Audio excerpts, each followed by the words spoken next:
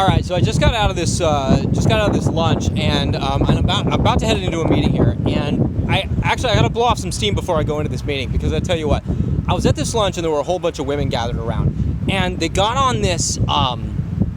I don't know. I don't even want to call it. I want to call it a thread. I want to call it a soapbox. I don't know.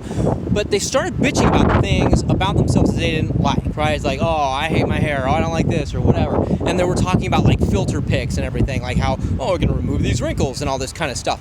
And they were talking about how all this stuff makes them less attractive. And a lot of them were like blaming other people, like, oh, well, men don't see it as attractive, or, you know, all this kind of stuff.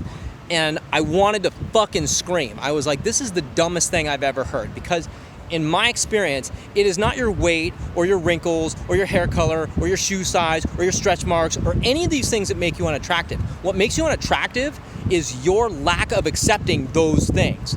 It's that simple. Like, whatever you are projecting out there, like, the world is simply a reflection of what you think of yourself. If you're saying, oh, well, they don't like this, it's because you don't like that. So if you want other people to accept those things about you, then you got to start with yourself. It's not reasonable and maybe even hypocritical to say, well, they're not doing it. Well, you're not doing it. So you got to take some responsibility and make some shifts in your life. And really, that's been my experience, is that I'm as attracted to somebody as they think they are attractive.